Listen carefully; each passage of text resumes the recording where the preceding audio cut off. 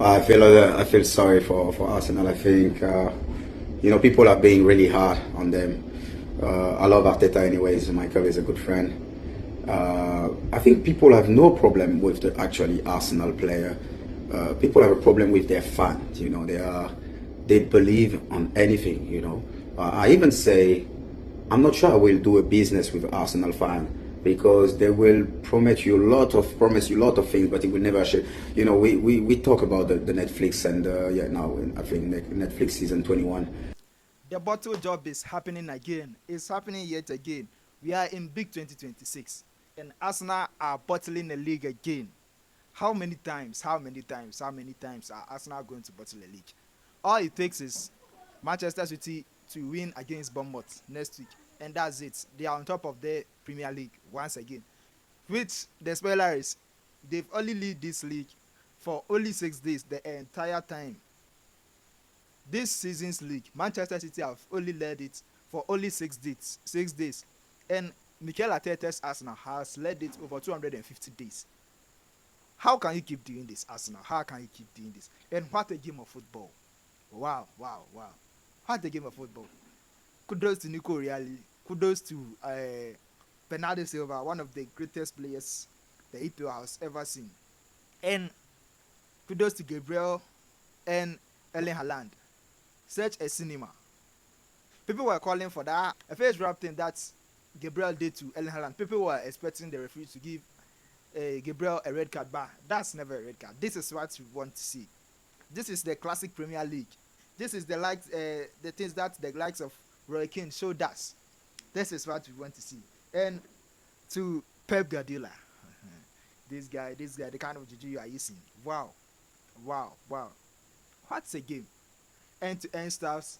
Both of the clubs hitting the post, some hitting the crossbars, and the likes of Kai Havertz. Wow. Currently, Kai Havertz is a better striker than Gyökeres. That's the fact.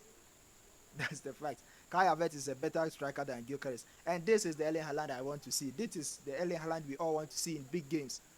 Man, you go to almost every single big game we've watched you live. This is the first, or aside Manchester United, this is the first time I've seen Erling Haaland play football with passion. Wow. That battle between him and Gabriel was something else. And not to forget about Nico Reali. Wow, wow, wow, wow, wow. Let's walk straight into the game. Let's talk about some player performances and some controversial moments in the game.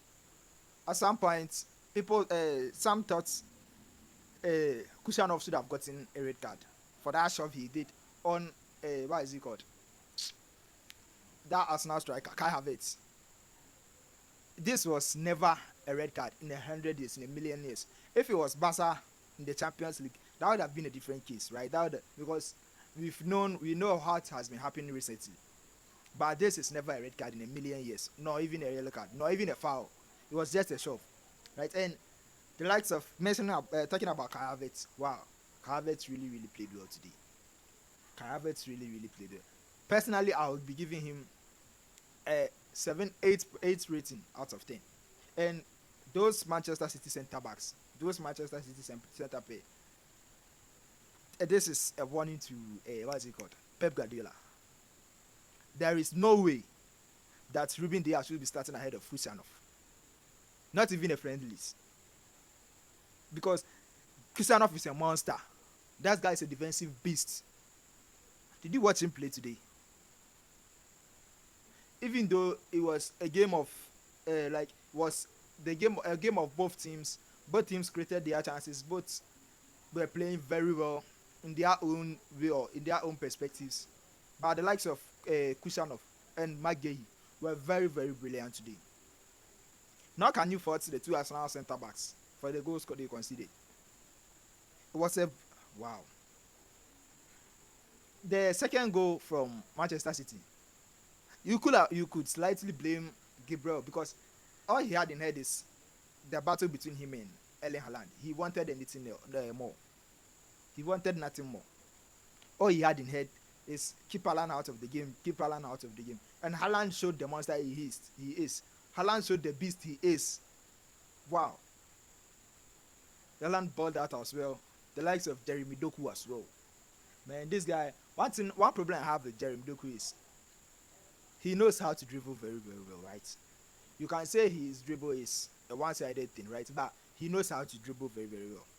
But all he has to put in his game is creating a lot of chances, scoring a lot of goals, getting that shot, that killer instinct. Jeremy Doku doesn't have it. But yet still, he tormented that Mosquera guy. Even if Mosquera was subbed off, and who was it who came on? Was it Ben White or was it Nkaipe who went there? Still, Nkaipe get the better of him sometimes, but still, Jeremy Doku was that dangerous in that game. Not if we talk about Nico Reali and Bernardo Silva. Those are the two man of the match for me. These guys really really played well, and what is it called? That little man, Bernardo Silva. He was playing as if he has, like, as if he was playing a World Cup final. He was tackling, distributing balls. It's like creating chances. Whatever you want this guy to do, he was at some point I was criticizing this boy or this guy for the majority part of the season because you couldn't see what he was doing. But today, he was seeing, man. He was the man of the match for me, if not the second behind Nico Reali. Those two really balled out today. Matthias Nunes was decent today too. And Ryan Cheki. This guy, Ryan Cheki. Wow. Wow. Wow. This guy is something else, man. I saw his interview after after the match that he was saying he always likes to watch Messi before games. That's his idol. We already know. We already see it in your play. You are that guy. You are. Nobody is arguing that thing with you. You are. His calmness and that goal he got for Manchester City was something else. He dribbled through the Arsenal defense. Like he got past at least 3 or 4 players before he slot that ball in the net. Wow. Wow. And to you, Pep Guardiola. There is this thing that Pep Guardiola has never gone 2 years, or has never finished second twice, or has never finished the season twice without winning the league title. And I think this guy is on the course to do that again. Pep Guardiola. Can you allow Arsenal to get something? Can you allow your boy, Mikel Arteta, to get something? Speaking about Mikel Arteta, this guy was devastated in this game. He was crying out loud in this game. Especially when Kai Havertz missed that chance. That header at the dying moment of the game, around the 94th minute or so. This guy is like, someone needs to check up on this guy because I don't know how he's going to prepare for the next match because this will really get into his head. There is a higher possibility that Arsenal will drop a point in the next game or in the next 2 games than Manchester City will. Manchester City might drop a point first, but the possibility is high on the Arsenal side. And speaking about dropping points, these Arsenal players as well, you could see it in their eyes, you could see it in their face, especially their fans. After the whistle was blown that the game was over, you could see it in their eyes that they've started to panic. And Rodri has been saying this for some years now that the difference between Arsenal and Manchester City is their mentality, how they approach games when they are in the tough moments. We all saw that today Arsenal came in to draw this game, right? Even though they created some couple of chances, Arsenal came in to draw this game. It was never in their mind that they want to win this game until they were trailing by some goals. And why was that mistake from Donnarumma? Donnarumma, you were very lucky today, if not for that Erling Haaland second goal.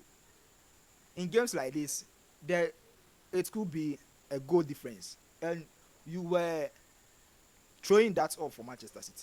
Why was that, Donnarumma?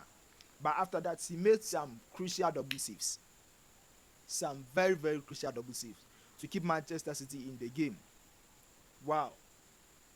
And to you Arsenal fans who are saying, is it the reason why people don't want Arsenal to win this Premier League is they will maximize the saying of, oh, Declan Rice is the best midfielder or is the greatest midfielder ever. They will be starting David Raya is the greatest goalkeeper ever. Bukayo Saka is better than Messi. Gyökeres is better than Arna, is better than this, is better than that. I really feel for Arsenal, bro. I really, really feel for Arsenal. 6 years without a Premier League trophy, and you are on the verge of finishing second, like 3 times or 4 times in a row. Wow, really, really, Arsenal. It's like if Arsenal finds a way to bottle this league, this will be the greatest bottle job ever football has ever witnessed. Because at some point, Arsenal, you were leading Manchester City by 10 points, 10 points gap, and yes, too, you are somehow, some way leaving the title to Pep Guardiola. And mind you, Pep Guardiola has been very, very bad this season. He has been very, very poor this season. Even if Pep Guardiola was at his best, Pep Guardiola would have surpassed Arsenal way before. It will not even reach to this stage, because there was a point that Arsenal was dropping points, and Manchester City got I think 3 draws in a row as well. But anyways, kudos to Manchester City. Kudos to we the Manchester City fans, and some of us are still waiting for Arsenal to get it over the line. But it's not looking good for Arsenal right now. It's not looking good. Don't do the bottle job, bro. Don't do the bottle job. We are in big 2026. Peace out for Arsenal. North London. North London.